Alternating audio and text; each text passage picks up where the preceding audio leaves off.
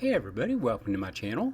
This is Deep Cat's Reactions, and my name's Greg, and I'm going to go ahead and continue with that documentary. It's pretty cool, Aussie Pub Rock.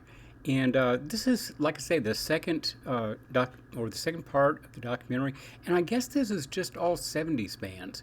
So, maybe this will help me kind of get a clue, because just jumping in like I do, having never heard any of this stuff, a couple of 3 years ago, I listened to various things, and so the years don't line up. It's not like I started in the 70s like you guys did, and then, it's this continuation.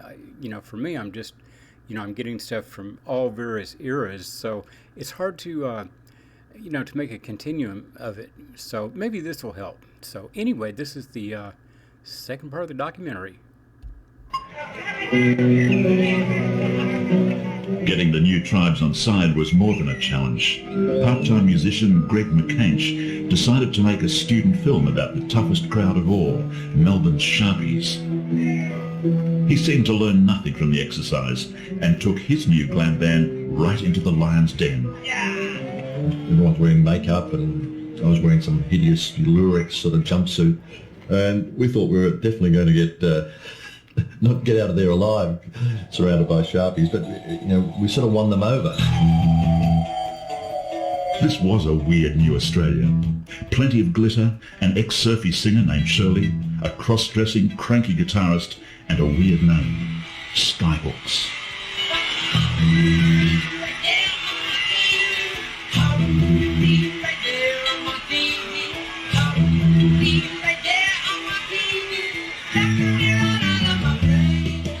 They either liked them, hated them, wanted to beat them up, called them poofters, whatever it was, everyone reacted to that band. But it was their attitude that had the biggest impact. They took nothing seriously, including themselves. Whatever happened to the revolution? Whatever happened to the revolution?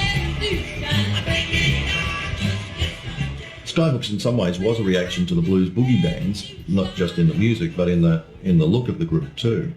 It was the end of the Vietnam era. There was a mood in the country that people were looking for the new. I think somehow we kind of delivered that. Like I said, don't experiment too much. You should have your parts set by now. Just stick to them and try to keep it like you very first started off, nice and enthusiastic. Greg McCanch's lyrics were unashamedly about local life. They pulled it off like magnificently. All that stuff, bought his first dope at the South Yarra Arms, Carlton, the Lygon Street Limbo, and all these stories attached to each area. When the sun sets over I was very impressed by people like Chuck Berry, who could say Memphis, Tennessee, and would conjure up such powerful sort of images. So I tried to see if there were any places in my experience, where I lived, that kind of had that kind of charisma or ring to them. And Wagga really didn't do it for me, with all due regard to Wagga. They made Australians feel, positive about writing about our country, what's going on here, the frustrations, and really whatever happened to the revolution. We all got stoned and it drifted away. They soon became theme songs for an entire generation.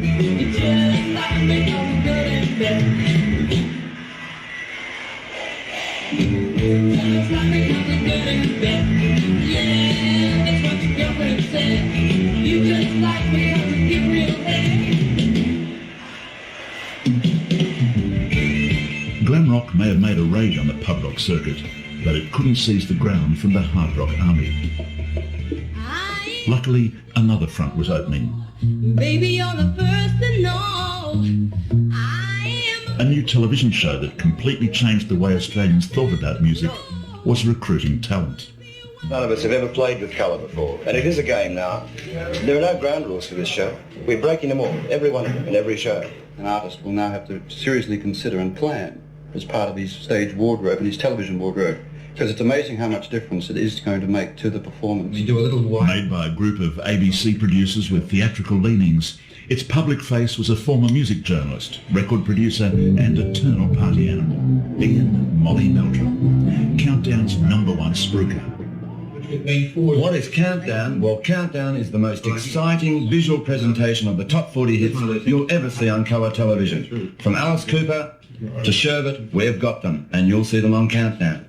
To have then people all ready to go, like Skyhooks, John Paul Young, Sherbet, AC/DC, was just so exciting. Well, we're on the first show, aren't we? Well, the first show will be a killer dilly, you know. We'll either make it or break it for you, mate. Can I just have one comment, please, regarding I'm terribly sorry. Look, last night's press? I would, but look, I've got to get home to watch Countdown.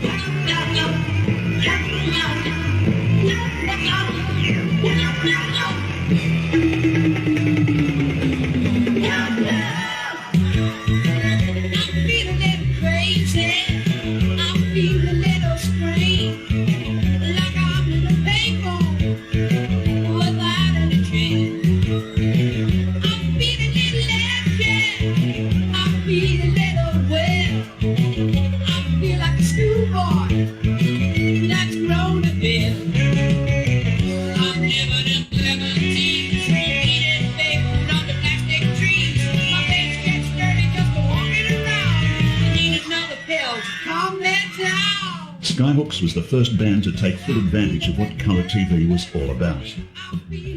Commercial radio took offence to the lyrics of their debut album, Living in the 70s, and banned 6 tracks from airplay. Half the people in my office were like, oh, we're sunk, we're finished, this is the end, what are we going to do? And I was laughing, and they said, what are you laughing about? I said, you've got to be kidding, this is a bonus. They can't go and listen to our songs for free on the radio, they're going to have to buy them.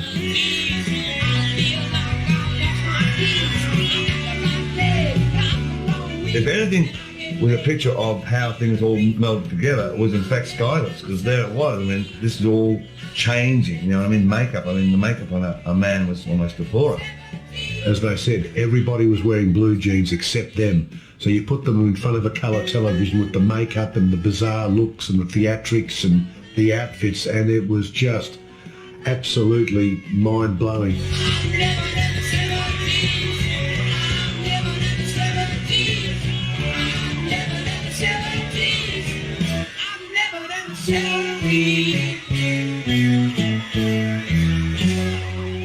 Skyhooks went on to sell nearly 250,000 copies of Living in the 70s. Countdown could claim a lot of the credit. Didn't have to rely on radio solely. You could do a Countdown show, and next week, if your song was good, you'd see the sales, and the people, whether they lived in Gove or Catherine or Broome, you could get into everybody's lounge room, and it was really part of life, sitting down on a Sunday night, and whether you liked the bands or you didn't, your big sister would like one and your other brother would hate this one, and it was just a talking point of the week.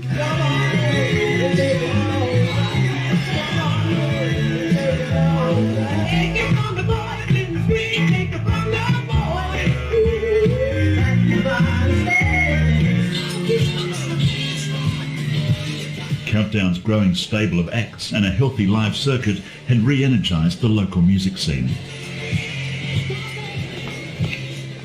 The two musical factions, hard pub rock and TV glam, were both thirsty for tunes and lyrics.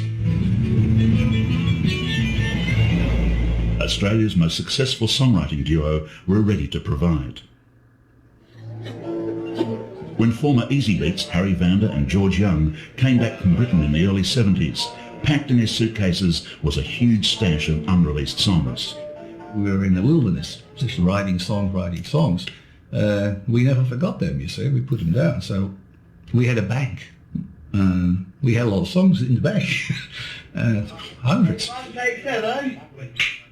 You see so many people around, good songwriters, groups, singers that have a lot of talent but never get the chance to get somewhere. We just like to give them this chance. I got talent. Yeah, no. Can you sign me up? He's sang. Under the wing of their former publisher Ted Albert, Vanda and Young reinvented themselves as producers for bands and singers who could carry their tunes. To begin with, they took their old singer Stevie Wright to the top of the charts with a 14-minute epic called Evie. Evie, let your head be down.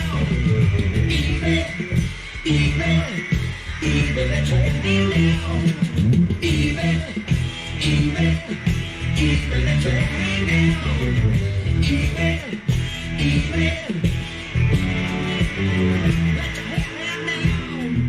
they really hit the target with a song for Scottish-born John Paul Young.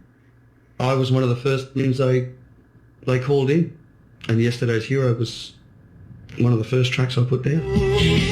Here is the news. Police spokesman said today that the drop of pain tonight during his concert. The spokesman for the singer said he had suffered a nervous collapse. The same in some hospital was seized by retired writers. Just here he is. That's his paper.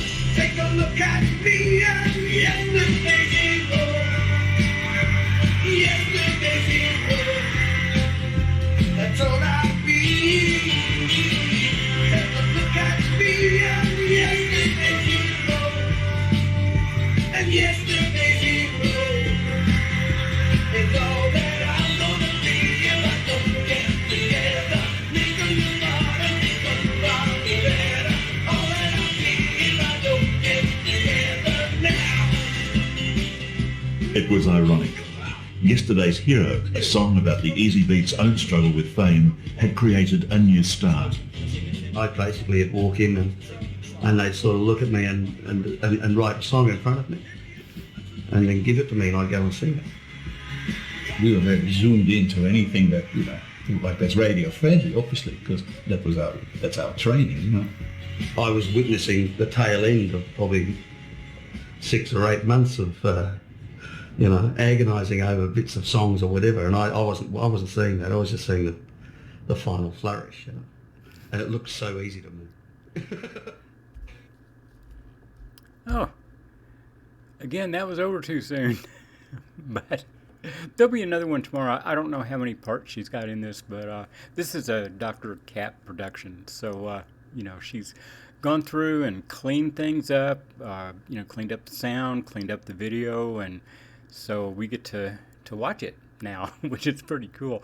That was pretty educational. I mean, a lot of that I knew, just from watching, the past couple of years, and also from people writing in. People write in that really know what they're talking about. I mean, producers and critics and all kinds of people have written in and given me a little bit of information. It's been really helpful. But it's this has been such a gas, guys.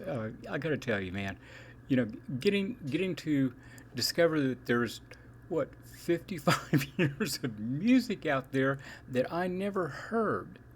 We just, like I say, we just didn't hear it in the U.S. There were a few bands that came over here, and some of them, I don't know, they came over here and it really wasn't a good thing for them. Their music changed a little bit, and maybe got a little slicker. American producers and record labels were, they were oftentimes not helpful for a band, but all the bands that stayed in Australia, I think it made them stronger. I think it made their music better. I mean, Cold Chisel is the prime example. I don't think they could have done what they did if they had come to the U.S. and gotten famous. I just don't think it would have. I don't think it would have been the same. So anyway, I hope you all enjoyed that. That was cool, and I will be back. So hit like, subscribe, and hit the notification bell, and we'll see you all then. Bye bye.